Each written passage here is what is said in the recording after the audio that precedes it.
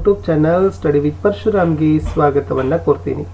ಸ್ನೇಹಿತರೆ, ನಾಳೆ ನಡೀತಕ್ಕಂಥ ದ್ವಿತೀಯ ಭಾಷೆ ಕನ್ನಡದಲ್ಲಿ ನಾನು ನಿಮಗೆ ಒಂದು ಮಾಡೆಲ್ ಕ್ವಶನ್ ಪೇಪರನ್ನು ಕೊಡ್ತಾ ಇದ್ದೀನಿ.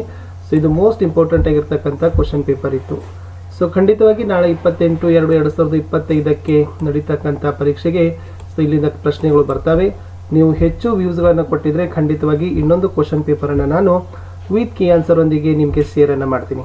ಆಲ್ರೆಡಿ ಫಸ್ಟ್ ಲ್ಯಾಂಗ್ವೇಜ್ ಇಂಗ್ಲೀಷಲ್ಲಿ ಕೊಟ್ಟಿದ್ದೆ, ಮ್ಯಾಥ್ಸಲ್ಲಿನೂ ಕೂಡ ಕೊಟ್ಟಿದ್ದೆ. ಸೊ ಏನಾಗ್ತದೆ, ವ್ಯೂಸ್ ಡಿಪೆಂಡ್ ಅಪಾನ್ ವ್ಯೂಸ್. ನಿಮ್ಮ ವ್ಯೂಸ್ಗಳನ್ನು ಹೆಚ್ಚು ಬಂತಂದರೆ ಮತ್ತೆ ಖಂಡಿತ ಸೆಕೆಂಡ್ ಪಾರ್ಟನ್ನು ಕೂಡ ಬೇಗನೆ ನಾನು ಲೈನ್ ಅಪ್ ಮಾಡ್ತೀನಿ. ಓಕೆನಾ? ಇನ್ನೂ 2 ಕ್ವಶನ್ ಪೇಪರ್ ಇದಾವೆ ಕನ್ನಡ ನನ್ನ ಕಡೆ. ಸೊ ನೀವು ವ್ಯೂಸ್ ತಂದರೆ 2 ಕ್ವಶನ್ ಪೇಪರನ್ನು ಶೇರ್ ಮಾಡ್ತೀನಿ. ವಿಡಿಯೋಗೊಂದು ಲೈಕ್ ಇರಲಿ, ನಿಮ್ಮ ಗೆಳೆಯರಿಗೊಂದು ಶೇರ್. ನೀವು ಫಸ್ಟ್ ಟೈಮ್ ವಾಚ್ ಮಾಡ್ತಿದ್ರೆ ಸಬ್ಸ್ಕ್ರೈಬ್ ಮಾಡೋದನ್ನು ಮಾತ್ರ ಮರೆಯದಿರಿ ಅಂತ ಹೇಳ್ತಾ ಕ್ವಶನ್ ಪೇಪರ್ ಮತ್ತು ಕೀ ಆನ್ಸರನ್ನು ನೋಡುವ. ಫಸ್ಟ್ ಮೇನ್ಸಲ್ಲಿ 4 ಮಲ್ಟಿಪಲ್ ಚಾಯ್ಸ್ ಕ್ವಶನ್ಸ್ ಇರ್ತಾವೆ. ಸೊ ಅದರಲ್ಲಿ ಕ್ರಮಾಕ್ಷರವನ್ನು ಆರಿಸಿ ಬರಿಬೇಕು. ಮೊದಲ ಪ್ರಶ್ನೆ, ಷಟ್ಪದಿಯಲ್ಲಿರುವ ಸಾಲುಗಳ ಸಂಖ್ಯೆ ಅಂತ ಕೇಳಿದ್ರು. ಷಟ್ ಅಂತಂದರೆ 6. ಸೊ ಡಿ ಆಪ್ಷನ್ 6 ಅಂತಕ್ಕಂಥದ್ದು ಸರಿಯಾದ ಬರ್ತದೆ. ಬೈಗು ಪದದ ಅರ್ಥ ಅಂತ ಕೇಳಿದ್ದಾರೆ. ಸೊ ಸೆಕೆಂಡ್ ಆನ್ಸರ್ ಏನಪ್ಪ ಅಂದರೆ ಬೈಗು ಪದದ ಅರ್ಥ ಆಪ್ಷನ್ ಡಿ ಸಂಜೆ ಅನ್ನೋದು ಸರಿಯಾದ ಉತ್ತರ. ಪ್ರಶ್ನೆ 3, ಕಮಲ ಈ ಪದಕ್ಕೆ ಗಣ ಹಾಕಿದಾಗ ಯಾವ ಗಣ ಆಗ್ತದೆ ಅಂತ ಕೇಳಿದ್ರು. ಸೊ ಗುರು ಲಘು 3 ಇದೆ ಅಂತ ಇದೆ. ಸೊ ನಗನ ಅಂತಕ್ಕಂಥದ್ದು ಆಗ್ತದೆ. ಸೊ 3 ಏನದಪ್ಪ ಅಂದ್ರೆ ಲಘು ಅಂತಂದರೆ ಅದು ನಗನನೇ ಇರ್ತಕ್ಕಂಥದ್ದು. ನೆಕ್ಸ್ಟ್ ಇಸ್ ದ ರಾಮನನ್ನು ಪದದಲ್ಲಿ ಇರ್ತಕ್ಕಂಥ ವಿಭಕ್ತಿ ಅಂತ ಕೇಳಿದ್ರೆ ಪ್ರಥಮವು ದ್ವಿತೀಯ ಅನ್ನು ಅಂತ ಇದೆ. ಸೊ ದ್ವಿತೀಯ ಇಸ್ ದ ರೈಟ್ ಆನ್ಸರ್. ಇಷ್ಟು ಮಲ್ಟಿಪಲ್ ಚಾಯ್ಸ್ ಕ್ವಶನಲ್ಲಿ ಇರ್ತಕ್ಕಂಥದ್ದು ಇತ್ತು. ಇನ್ನು ಒಂದು ವಾಕ್ಯದಲ್ಲಿ ಉತ್ತರವನ್ನು ಬರಲಿಕ್ಕೆ 12 ಪ್ರಶ್ನೆಗಳಿರ್ತವೆ. ಪ್ರಶ್ನೆ 5, ಬೇಡನು ಪ್ರಾಣಿಗಳನ್ನು ಕೊಲ್ಲಲು ಮಾಡುತ್ತಿದ್ದ ಉಪಾಯವೇನು? ಉತ್ತರ, ಬೇಡನು ಪ್ರಾಣಿಗಳನ್ನು ಕೊಲ್ಲಲು ವಿಷ ಸವರಿದ ಬಾಣಗಳನ್ನು ಸಿದ್ಧ ಮಾಡಿಕೊಂಡಿರುತ್ತಿದ್ದನು. ಪ್ರಶ್ನೆ 6, ಬಟ್ಟಲಾಕಾರದಲ್ಲಿ ಗೂಡು ಕಟ್ಟುವ ಹಕ್ಕಿ ಯಾವುದು? ಉತ್ತರ, ಬಟ್ಟಲಾಕಾರದಲ್ಲಿ ಗೂಡು ಕಟ್ಟುವ ಹಕ್ಕಿ ಸಗ್ಗದಕ್ಕಿ. ಪ್ರಶ್ನೆ 7, ದೇಶದ ಉದ್ಧಾರ ಯಾರು ಯಾರನ್ನ ಅವಲಂಬಿಸಿದೆ ಎಂದು ಲೇಖಕರು ಹೇಳಿದ್ದಾರೆ? ಉತ್ತರ, ದೇಶದ ಉದ್ಧಾರ ಹಸಿಮಸಿ ಕೃಷಿಯನ್ನ ಅವಲಂಬಿಸಿದೆ ಎಂದು ಲೇಖಕರು ಹೇಳಿದ್ದಾರೆ. ಪ್ರಶ್ನೆ 8, ಕಾಡನ್ನು ಅಲೆದ ಸಿದ್ಧಾರ್ಥನಿಗೆ ಹೊಳೆದುದ್ದೇನು ಅಂತ ಕೇಳಿದ್ದಾರೆ. ಸೊ ಕಾಡನ್ನು ಅಲೆದ ಸಿದ್ಧಾರ್ಥನಿಗೆ ನಾಡಿನರ್ಥ ಹೊಳೆಯಿತು ಅನ್ನೋದು ಉತ್ತರ.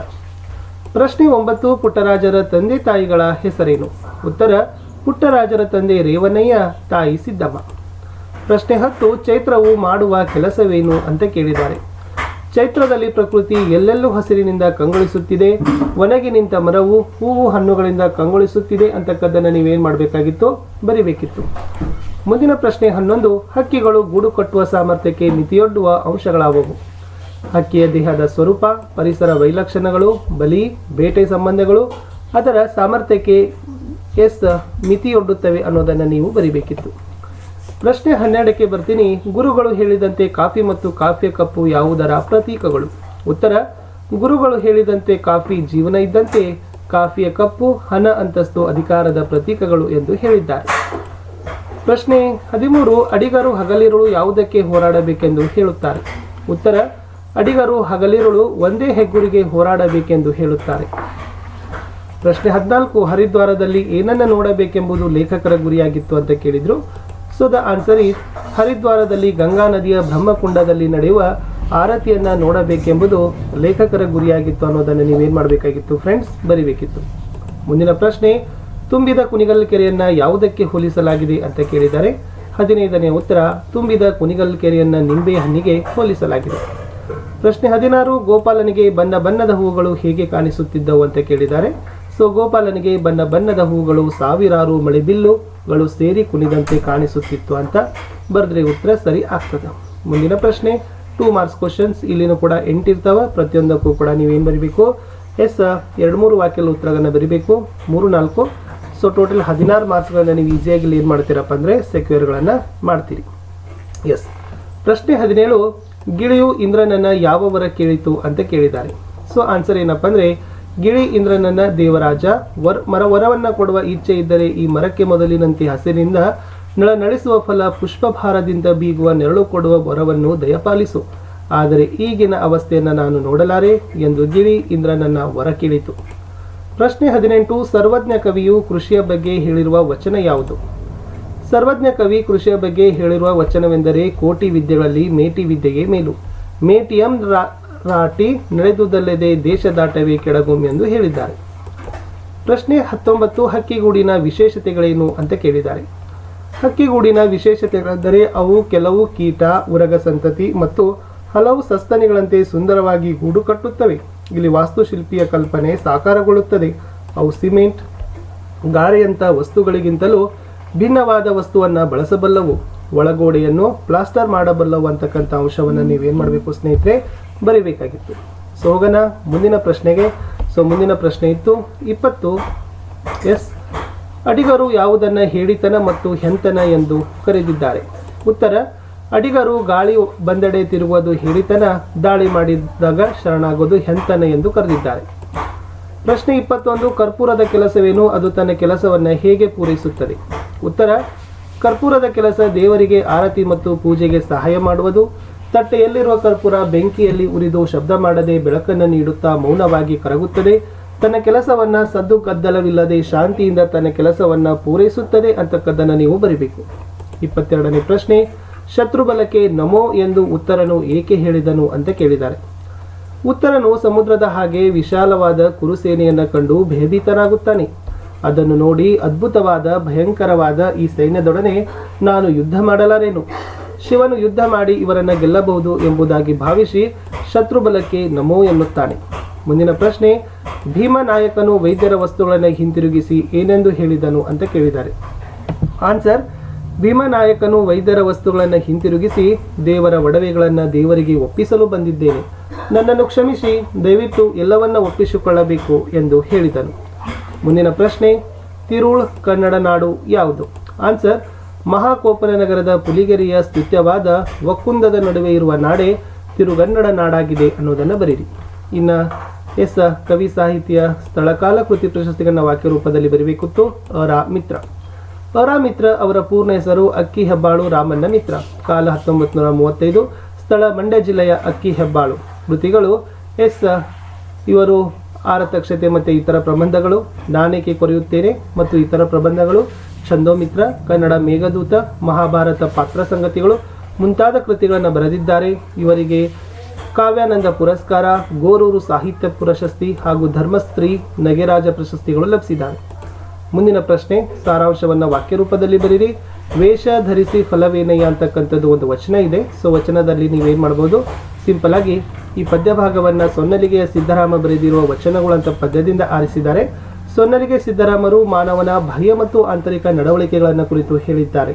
ಸೊನ್ನಲಿಗೆಯ ಸಿದ್ದರಾಮರು ತಮ್ಮ ವಚನದಲ್ಲಿ ಧರಿಸಿದ ವೇಷಕ್ಕೆ ತಕ್ಕ ಆಚರಣೆ ಇಲ್ಲದ ಮೇಲೆ ವೇಷ ಧರಿಸಿ ಫಲವೇನು? ತಾವು ಅರ್ಥ ಮಾಡಿಕೊಂಡು ಬ್ರಹ್ಮನಾಗದ ಮೇಲೆ ವೇದಾಂತವನ್ನು ಓದಿ ಫಲವೇನು? ಪುಣ್ಯತೀರ್ಥಗಳು ಬರದೇ ಇದ್ದರೆ ನಾನಾ ಕೆರೆಯನ್ನು ತೋಡಿ ಫಲವಿಲ್ಲ ಎಂದು ಹೇಳಿದ್ದಾರೆ. ಮುಂದಿನ ಪ್ರಶ್ನೆ. ಅಲಂಕಾರ ವನಜಮುಖಿ ಅಂತ ಇದೆ. ಸೊ ಎರಡೇ ಶಬ್ದದ ಇದು ರೂಪಕಾಲಂಕಾರ ಆಗ್ತದೆ. ಎಸ್, ಇದು ರೂಪಕಾಲಂಕಾರ. ವನಜಮುಖಿ, ಮುಖಿ ಅನ್ನೋದು ಉಪಮೇಯ, ಅರಮನೆಯ ಸಖಿಯರು, ಉಪಮಾನ ಅನ್ನೋದು ವನಜ. ಸಮನ್ವಯ, ಇಲ್ಲಿ ಉಪಮೇಯವಾದ ಅರಮನೆಯ ನಾರಿಯರ ಮುಖಕ್ಕೂ ಉಪಮಾನವಾದ ವನಜಕ್ಕೂ ಯಾವುದೇ ಭೇದವಿಲ್ಲ, ಆದ್ದರಿಂದ ಇದು ರೂಪಕಾಲಂಕಾರವಾಗಿದೆ ಅನ್ನೋದನ್ನು ನೀವು ಬರಿಬೇಕು. 28ನೇ ಪ್ರಶ್ನೆಗೆ ಬರೋಣ. ಒಂದು ಗಾದೆ ಮಾತನ್ನು ವಿಸ್ತಾರವಾಗಿ ಬರಿಬೇಕು. 3 ಅಂಕ. ಅಡಿಕೆಗೆ ಹೋದ ಮಾನ ಆನೆ ಕೊಟ್ಟರೂ ಬಾರದು, ಹೆತ್ತ ತಾಯಿ ಹೊತ್ತ ನಾಡು ಸ್ವರ್ಗಕ್ಕಿಂತ ಮಿಗಿಲು. ಸ್ನೇಹಿತರೆ, ಯಾವುದೇ ಒಂದು ಗಾದೆ ಮಾತನ್ನು ಬರೆಯುವಾಗ ಫಸ್ಟ್ 2 ಲೈನನ್ನು ಕಂಪಲ್ಸರಿ ಬರೀರಿ. ಗಾದೆಗಳು ವೇದಕ್ಕೆ ಸಮಾನ, ವೇದ ಸುಳ್ಳಾದರೂ ಗಾದೆ ಸುಳ್ಳಾಗೋದಿಲ್ಲ. ನಮ್ಮ ಹಿರಿಯರ ಅನುಭವದ ಸಿರಿನುಡಿಯೇ ಗಾದೆ ಮಾತು ಅಂತ ನೀವೇನು ಮಾಡಬೇಕು, ಬರಿಬೇಕು. ಆಮೇಲೆ ಈ ಗಾದೆ ಮಾತಿನ ವಿಸ್ತಾರವನ್ನು ಏನು ಮಾಡಬೇಕು, ಒಂದು ವಿದ್ಯಾರ್ಥಿಯ ಜೀವನ ಅಥವಾ ಮನುಷ್ಯನ ಜೀವನದ ಉದಾಹರಣೆಯೊಂದಿಗೆ ನೀವೇನು ಮಾಡಬೇಕು, ಅದನ್ನು ವಿಸ್ತಾರವಾಗಿ ಒಂದು 6 ಸಾಲುಗಳನ್ನು ಬರೆದ್ರೆ ನಿಮಗೆ ಖಂಡಿತವಾಗಿ ಅಂಕಗಳನ್ನು ಏನು ಮಾಡ್ತಾರಪ್ಪ ಅಂದರೆ ಕೊಡ್ತಾರೆ. ಇನ್ನೊಂದು ಗಾದೆ ಮಾತು ಕೊಟ್ಟಿದ್ರು ಸ್ನೇಹಿತರೆ, ಹೆತ್ತ ನಾಡು ಹೊತ್ತ ನಾಡು ಸ್ವರ್ಗಕ್ಕಿಂತ ಮಿಗಿಲು ಅಂತ ಇದೆ. ಸೊ ಇದು ಕೂಡ ನಮ್ಮ ನಾಡಿನ ಬಗ್ಗೆ, ನಮ್ಮ ಜನ್ಮಭೂಮಿ ಬಗ್ಗೆ ಇರ್ತಕ್ಕಂಥದ್ದಿತ್ತು. ಆರಾಮಾಗಿ ನೀವೇನು ಮಾಡ್ಬೋದಿತ್ತು, ಬರಿಬೋದು. ಇನ್ನು ನಿಮಗೆ ಮೋಸ್ಟ್ ಇಂಪಾರ್ಟೆಂಟ್ ಅಂದರೆ ಏನಪ್ಪ ಅಂದರೆ ಸಂದರ್ಭಗಳನ್ನು. ಸೊ ಇಂಥ ವನಮರದಲ್ಲಿ ಏಕೆ ವಾಸ ಮಾಡುತ್ತಿದ್ದೆ ಅಂತ ಇದೆ. ಸೊ ಸಂದರ್ಭಗಳನ್ನು ಬರೆಯುವಾಗ 3 ಸ್ಟೆಪ್ಸ್ಗಳ ಬಗ್ಗೆ ಇರಬೇಕು. ಓಕೆನಾ? 1ನೇದು ಆಯ್ಕೆ ಇರಬೇಕು, 2ನೇದು ಸಂದರ್ಭ ಇರಬೇಕು, 3ನೇದು ಸ್ವಾರಸ್ಯ ಅಂತ ಇರಬೇಕು. ಆಯ್ಕೆಯಲ್ಲಿ ಏನು ಬರೀತೀರಿ? ಈ ವಾಕ್ಯವನ್ನು ಅರಾಮಿತ್ರ ಬರೆದಿರುವ ವನಮರದ ಗಿಳಿ ಎಂಬ ಗದ್ಯ ಭಾಗದಿಂದ ಆರಿಸಲಾಗಿದೆ. ಈ ಮಾತನ್ನು ಇಂದ್ರನು ಗಿರಿಗೆ ಹೇಳಿದನು ಅಂತಕ್ಕಂಥದ್ದು ಇತ್ತು. ಸೊ ಸ್ವಾರಸ್ಯ ಏನದಪ್ಪ ಅದರಲ್ಲಿ? ಸಂದರ್ಭ, ವನಮರದಲ್ಲಿ ವಾಸ ಮಾಡುತ್ತಿರುವ ಗಿಳಿಯನ್ನು ಕಂಡ ಇಂದ್ರನು ಏನಾದರೂ ವರವನ್ನು ಕೊಡಬೇಕು ಎಂದು ಯೋಚಿಸಿ ಗಿಳಿಯನ್ನು ಪ್ರಶ್ನಿಸುವಾಗ ಈ ಮಾತು ಬಂದಿದೆ. ಫಲಪುಷ್ಪವಿರದ ಹಸಿರಿನ ಸಮೃದ್ಧಿ ಇರದ ಮರದಲ್ಲಿ ಗಿಳಿ ವಾಸವಾಗಿರುವುದು ಇಲ್ಲಿ ಸ್ವಾರಸ್ಯವಾಗಿದೆ. 2ನೇ ವಾಕ್ಯ, ನಿಮಗೆಲ್ಲ ಬೇಕಾದಿದ್ದು ಕಾಫಿ ಕಪ್ಪಲ್ಲ ಅಂತ ಕೇಳಿದ್ದಾರೆ. ಸೊ ಈ ವಾಕ್ಯ ಡಾಕ್ಟರ್ ಗುರುರಾಜ್ ಕರ್ಜಗಿ ಅವರು ಬರೆದಿರುವ ಕಾಫಿ ಕಪ್ಪು ಅಂತಕ್ಕಂಥ ಗದ್ಯಪಾಠದಿಂದ ಆರಿಸಲಾಗಿದೆ. ಸಂದರ್ಭ: ಹಳೆ ವಿದ್ಯಾರ್ಥಿಗಳು ಹೆಡ್ ಮಾಸ್ಟರರ ಮನೆಗೆ ಬಂದು ತಮ್ಮ ತಮ್ಮ ಕಷ್ಟಗಳನ್ನು ಹೇಳಿಕೊಡುವಾಗ ಹೆಡ್ ಮಾಸ್ಟರರು ಹೋಗಿ ಕಾಫಿ ಮಾಡಿ ತಂದರು. ನಂತರ ವಿದ್ಯಾರ್ಥಿಗಳು ನೀವೇ ಕಾಫಿ ಹಾಕಿಕೊಳ್ಳಿ ಎಂದಾಗ ಎಲ್ಲರೂ ಬೆಲೆ ಬಾಳುವ ಕಪ್ಪನ್ನು ಆರಿಸಿಕೊಂಡರು. ಆಗ ಗುರುಗಳು, ಬಹುಶಃ ನಿಮ್ಮ ತೊಂದರೆಗಳಿಗೆ ಇದೇ ಕಾರಣ, ಉತ್ತಮವಾದದ್ದನ್ನೇ ಪಡೆಯಬೇಕೆಂದು ಹೋರಾಟದ ಬದುಕು ಬೇಡ, ನಿಮಗೆಲ್ಲೇ ಬೇಕಾಗಿದ್ದು ಕಾಫಿ ಕಪ್ಪಲ್ಲ ಎಂದು ಬುದ್ಧಿವಾದ ಹೇಳುವಾಗ ಮೇಲಿನ ಮಾತು ಬಂದಿದೆ. ಮುಂದಿನ ವಾಕ್ಯ: ಸಾವಿರಾರು ಮಳೆಬಿಲ್ಲುಗಳು ಸೇರಿ ಕುಣಿದಂತೆ ತೋರುತ್ತಿತ್ತು. ಈ ವಾಕ್ಯ ಕುವೆಂಪು ಅವರು ಬರೆದಿರುವ ನನ್ನ ಗೋಪಾಲ ಎಂಬ ಗದ್ಯಪಾಠದಿಂದ ಆರಿಸಲಾಗಿದೆ.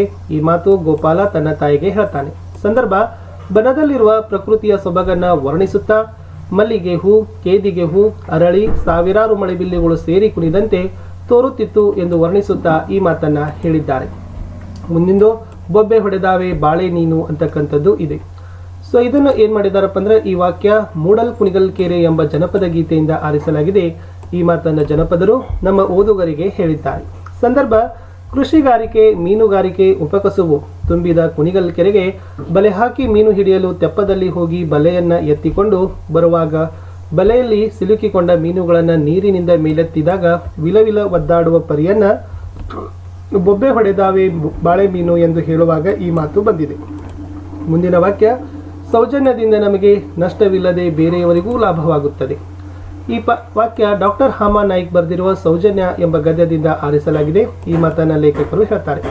ಸೊ ಲೇಖಕರು ಸೌಜನ್ಯದ ಬಗ್ಗೆ ಹೇಳುತ್ತಾ, ಅಯ್ಯ ಎಂದರೆ ಸ್ವರ್ಗ, ಎಲ್ಲವೋ ಎಂದರೆ ನರಕ ಎಂಬ ಮಾತಿನಲ್ಲಿ ಸೌಜನ್ಯದ ಸ್ವರೂಪ ವ್ಯಕ್ತವಾಗುತ್ತದೆ. ನಾವು ಸೌಜನ್ಯದಿಂದ ವರ್ತಿಸಬೇಕು, ಇದರಿಂದ ನಮಗೆ ನಷ್ಟವಿಲ್ಲದೆ ಬೇರೆಯವರಿಗೆ ಲಾಭವಾಗುತ್ತದೆ. ಹಾಗಿರುವಾಗ ನಾವೇಕೆ ಸೌಜನ್ಯಶೀಲರಾಗಿರಬಾರದು ಎಂದು ಪ್ರಶ್ನಿಸುವಾಗ ಮೇಲಿನ ಮಾತು ಬಂದಿದೆ. ಇನ್ನು ಪದ್ಯಗಳಿದ್ದಾವೆ.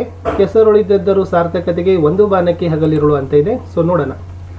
ಕೆಸರೊಳಿದ್ದರೂ ಮೇಲೆ ಬಾಂದಳವ ನೋಡಿ ಮಸುಪ ರವಿ ಕಿರಣಗಳ ಸಿರಿಗೆ ಮೆರೆದಾಡಿ ಮಸುಗು ಅಂಬುಜದಂತೆ ದೇಯ ಬಾಳದೆಸೆಗೆ ಬಸಮೋಗು ಬಂದ ಮನುಜತೆಯ ಸಾರ್ಥಕತೆಗೆ ಒಂದು ಬಾಣಕ್ಕೆ ಗುರಿಯು ಹಲವಿರುವುದುಂಟೆ, ಒಂದು ದೇಹದೊಳದಾತ್ಮ ವೆರಡಿರುವುದುಂಟೆ, ಒಂದು ಜೀವನಕ್ಕೆ ಹಲವು ಸಾಧ್ಯಗಳು, ಒಂದೇ ಹೆಗ್ಗುರಿಗೆ ಹೋರಾಡು ಹಗಲಿರುಳು ಅಂತಕ್ಕಂಥ ಪದ್ಯದ ಸಾಲುಗಳು ಇತ್ತು. ಇನ್ನು 4 ಮಾರ್ಕ್ಸ್ ಕ್ವಶನ್ಸ್ಗಳಲ್ಲಿ ನೋಡ್ಕೊಡ್ರಿ. ಬಾಲಕ ಪುಟ್ಟಯ್ಯ ಹಾರ್ಮೋನಿಯಂ ನುಡಿದ ಪ್ರಸಂಗ ಅಥವಾ ಪುಟ್ಟಯ್ಯ ಸಮಾಜಕ್ಕೆ ಮುಡುಪಾದ ಪ್ರಸಂಗ ಅಂತ ಕೊಟ್ಟಿದ್ದಾರೆ. ಸೊ ಎರಡನ್ನೂ ಕೂಡ ನಾನು ಕೊಡ್ತೀನಿ ಇಲ್ಲಿ. ಸೊ ಸ್ವಲ್ಪ ಸ್ಕ್ರೀನ್ಶಾಟ್ ತಗೊಳ್ರಿ ಅಥವಾ ವಿಡಿಯೋ ಪಾಸ್ ಮಾಡಾದರೂ ಕೂಡ ನೋಡ್ಕೊಡ್ರಿ. ವೆರಿ ಇಂಪಾರ್ಟೆಂಟ್ ಕ್ವಶನ್ಸ್ ಇದಾವೆ ಸ್ನೇಹಿತರೆ, ಅದನ್ನು ಮಾತ್ರ ಮಿಸ್ ಮಾಡ್ಲಿಕ್ಕೆ ಹೋಗಬೇಡಿ. ಇನ್ನು ಪ್ರಬಂಧಕ್ಕೆ ಬರೋಣ. 2 ಪ್ರಬಂಧ, ಮಳೆ ನೀರು ಕೊಯ್ಲು ಮತ್ತು ಯೋಗ ಶಿಕ್ಷಣದ ಮಹತ್ವವನ್ನು ಕೊಟ್ಟಿದ್ದಾರೆ. ಯಾವುದೇ ಒಂದು ಪ್ರಬಂಧವನ್ನು ಬರೆಯುವಾಗ ಸ್ನೇಹಿತರೆ ನೀವು 3 ಸ್ಟೆಪ್ಸ್ಗಳನ್ನು ಹಾಕೊಡ್ರಿ. ಫಸ್ಟ್ ಒಂದು ಪೀಠಿಕೆ ಹಾಕೊಡ್ರಿ, 2ನೇದು ವಿಷಯದ ನಿರೂಪಣೆ ಹಾಕೊಡ್ರಿ, 3ನೇದು ಉಪಸಂಹಾರ. ಇಲ್ಲಿ ಮಳೆ ನೀರಿನ ಕೊಯ್ಲಿನ ಬಗ್ಗೆ ಕೊಟ್ಟಿದ್ದೀನಿ. ಸೊ ಅದನ್ನು ಕೂಡ ಭಾಳ ಮೋಸ್ಟ್ ಇಂಪಾರ್ಟೆಂಟ್. ಸೊ ಅದನ್ನು ಕೂಡ ಭಾಳ ಏನು ಬರಿಬೇಡ್ರಿ, ಒಂದು 15ರಿಂದ 20 ಸಾಲುಗಳಲ್ಲಿ ಬರೆದ್ರೂ ಕೂಡ ನಿಮಗೆ ಫುಲ್ ಮಾರ್ಕ್ಸ್ ಕೊಡ್ತಾರೆ. ನೆಕ್ಸ್ಟ್ ಯೋಗ ಶಿಕ್ಷಣದ ಮಹತ್ವ ಇದೆ, ಇದು ಕೂಡ ಪೀಠಿಕೆ ಇದೆ. ಇಲ್ಲಿನೂ ಕೂಡ ವಿಷಯದ ನಿರೂಪಣೆ ಹಾಕಬೇಕು, ಉಪಸಂಹಾರವನ್ನು ಬರೆದ್ರೆ ಸೊ ಇದು ಕೂಡ ನಿಮಗೆ ಯೋಗ ಶಿಕ್ಷಣದ ಮಹತ್ವ ಅಂತಕ್ಕಂಥ ಎಸ್ಸೆ ಕಂಪ್ಲೀಟ್ ಆಗ್ತದೆ. ಇನ್ನು ಪತ್ರಕ್ಕೆ ಹೋಗೋಣ. ಫಸ್ಟ್ ಗೆಳೆಯ ಗೆಳತಿಗೆ ಪತ್ರ, ನಾನು ಮನವಿ ಪತ್ರವನ್ನು ಹೇಳ್ತೀನಿ. ನಿಮ್ಮನ್ನ ಚಿಕ್ಕೋಡಿ ಸರ್ಕಾರಿ ಪ್ರೌಢಶಾಲೆಯ ಅರುಣ ಅಂತ ಭಾವಿಸಿ ವಾರ್ಷಿಕ ಪರೀಕ್ಷೆಯ ಸಿದ್ಧತೆ ಕುರಿತು ಕೂಡಲ್ ಸಂಗಮದ ಶರಣಬಸವೇಶ್ವರ ಪ್ರೌಢಶಾಲೆಯ ಮಹೇಶ ಎಂಬ ಗೆಳೆಯನಿಗೆ ಪತ್ರ ಬರೀರಿ ಅಂತ ಕೇಳಿದ್ದಾರೆ. ಸೊ ಗೆಳೆಯನಿಗೆ ಪತ್ರ ಹೇಗೆ ಬರೀತಾರೆ ಅಂತ ನೋಡೋಣ. ಸೊ ಫಸ್ಟ್ ಇಲ್ಲಿ ಕ್ಷೇಮ ಬರಿಬೇಕು, ಇಲ್ಲಿ ಸ್ತ್ರೀ ಬರಿಬೇಕು, ಆಮೇಲೆ ದಿನಾಂಕ ಬರೀತೀರಿ. ಅರುಣ ಸರ್ಕಾರಿ ಪ್ರೌಢಶಾಲೆ ಚಿಕ್ಕೋಡಿ. ಅವಾಗ ಏನು ಬರಬೇಕು, ಗೆಳೆಯನಿಗೆ ಇದೆ ನನ್ನ ಆತ್ಮೀಯ ಸ್ನೇಹಿತ ಮಹೇಶನಿಗೆ ಅರುಣ ಪೂರ್ವ ಶುಭಾಶಯಗಳು, ಇಲ್ಲಿ ನಾನು ಕ್ಷೇಮ, ನೀನು ಹೇಗಿದ್ದೆ ಅಂತ ಬರೆದು ಸೊ ನಿಮ್ಮ ಎಲ್ಲ ಏನು ಮಾಡಬೇಕು, ಪರೀಕ್ಷಾ ಸಿದ್ಧತೆ ಕುರಿತಿದೆ. ಸೊ ನಾನು ಕೂಡ ಪರೀಕ್ಷೆಯಲ್ಲಿ ತುಂಬ ದಿನ ಇನ್ನು ಮಾಡ್ತಾ ಇದ್ದೆ, ಕಠಿಣ ಪರಿಶ್ರಮ ಪಡ್ತಾ ಇದ್ದೀನಿ. 98, 99 ರಿಸಲ್ಟ್ ಆಗಬೇಕು ಅನ್ನೋದನ್ನೆಲ್ಲ ನೀವು ಬರೀಬೇಕು. ಲಾಸ್ಟ್ ವಂದನೆಗಳೊಂದಿಗೆ ನಿನ್ನ ಪ್ರೀತಿಯ ಗೆಳೆಯ ಸ್ನೇಹಿತ ಅರುಣ ಅಂತ ಬರೆದು ಹೊರವಿಳಾಸ ಹಾಕಬೇಕು. ಸೊ ಯಾರಿಗೆ ಕೇಳಿದ್ದಾರೆ ಹೊರವಿಳಾಸ, ಮಹೇಶ ಶರಣರ ಬಸವೇಶ್ವರ ಪ್ರೌಢಶಾಲೆ ಕೂಡಲ್ ಸಂಗಮ ಅಂತ ಇದೆ, ಅದನ್ನು ನೋಡ್ಕೊಡ್ರಿ. ಇನ್ನು ಮನವಿ ಪತ್ರವನ್ನು ನೋಡೋಣ. ರಾಯಚೂರು ಸರ್ಕಾರಿ ಪ್ರೌಢಶಾಲೆಯ ರಮ್ಯಾ ಅಂತ ಭಾವಿಸಿ ನಿಮ್ಮ ಶಾಲೆಯಲ್ಲಿ ಕುಡಿಯುವ ಶುದ್ಧ ನೀರಿನ ಸೌಲಭ್ಯ ಕೊಡುವಂತೆ ಕೋರಿ ಶಾಲಾ ಮುಖ್ಯೋಪಾಧ್ಯಾಯರಿಗೆ ಪತ್ರ ಬರೀರಿ ಅಂತ ಕೇಳಿದ್ದಾರೆ. ಸೊ ಫಸ್ಟ್ ಇಲ್ಲಿ ದಿನಾಂಕ ಹಾಕಬೇಕು, ಇಂದ ಹಾಕ್ತೀರಿ. ಆಮೇಲೆ ಆಲ್ರೆಡಿ ಕೊಟ್ಟಿದ್ದಾರೆ ರಮ್ಯಾ ಸರ್ಕಾರಿ ಪ್ರೌಢಶಾಲೆ ರಾಯಚೂರು, ಇವರಿಗೆ ಮುಖ್ಯೋಪಾಧ್ಯಾಯರು ಸರ್ಕಾರಿ ಪ್ರೌಢಶಾಲೆ ರಾಯಚೂರು ಮಾನ್ಯರಿ. ಕುಡಿಯುವ ಶುದ್ಧ ನೀರಿನ ಸೌಲಭ್ಯ ಕೋರಿ. ಸೊ ಶಾಲೆಯಲ್ಲಿ ಸುಮಾರು ಮಕ್ಕಳಿದ್ದೀವಿ, ನಮಗೆ ಶುದ್ಧ ಕುಡಿಯುವ ನೀರು ಬೇಕು, ಇದರಿಂದ ದೈಹಿಕವಾಗಿ ಮತ್ತು ಮಾನಸಿಕವಾಗಿ ಸದೃಢಲಾಗಲಿಕ್ಕೆ ಸಾಧ್ಯ ಅಂತ ಬರೆದು ವಂದನೆಗಳು ಅಂತ ಬರೆದು ನಿಮ್ಮ ವಿದ್ಯಾರ್ಥಿ ರಮ್ಯಾ ಸ್ಥಳ ದಿನಾಂಕ ಅಂತ ಹಾಕಿದರೆ ಈ ಲೆಟರ್ ಕಂಪ್ಲೀಟ್ ಆಗ್ತದೆ. ಇಷ್ಟಿತ್ತು ಸ್ನೇಹಿತರೆ ಈ ಒಂದು ಕ್ವಶನ್ ಪೇಪರ್ ಅಂತ ಹೇಳ್ತಾ, ವ್ಯೂಸ್ ಬಂದರೆ ಇನ್ನೊಂದು ಕ್ವಶನ್ ಪೇಪರ್ ಒಂದಿಗೆ ಭೇಟಿ ಆಗ್ತೀನಿ. ವಿಡಿಯೋನ ಲೈಕ್, ಶೇರ್ ಹಾಗೂ ಸಬ್ಸ್ಕ್ರೈಬ್ ಮಾಡೋದನ್ನು ಮಾತ್ರ ಮರೆಯದಿರಿ.